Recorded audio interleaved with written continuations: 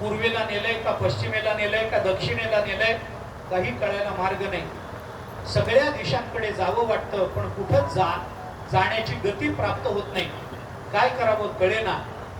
आणि फिरता फिरता तिथे आजूबाजूला राहणाऱ्या हरणांनी रामचंद्र प्रभूंना संकेत दिलेत की तुम्ही दक्षिण दिशेला जा.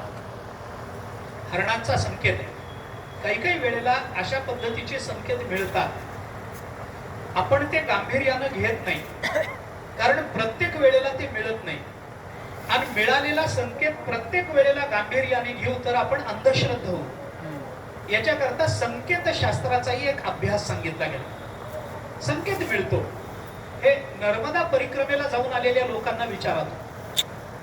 परिक्रमेला जाणारे लोक ज्या वेळेला जातात तेव्हा बऱ्याच वेळेला म्हणजे पायी जाणाऱ्या, गाडीनं जाणाऱ्यांचं काही नाही. ते गाडीनेच जातात, रस्त्यानंच जातात, फिरून येतात. त्यांना पुण्य आहे, त्यांचं काय जे असेल ते भगवंतानी कृपा करावी, तो भाग वेगळा नर्मदा माईने.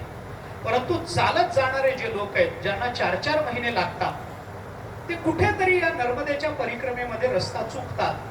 आणि चुकलेला रस्ता जर त्यांनी नर्मदेला प्रार्थना केली तर कुठला ना कुठला तरी संकेत असा मिळतो की त्या संकेताने ते बरोबर रस्त्यावर येते. एखादी गाय तरी येते, एखादी शेळी तरी येते, एखादी लहान मुलगी तरी येते, एखादं पान तरी वाऱ्यानं कारण नसताना त्या दिशेनं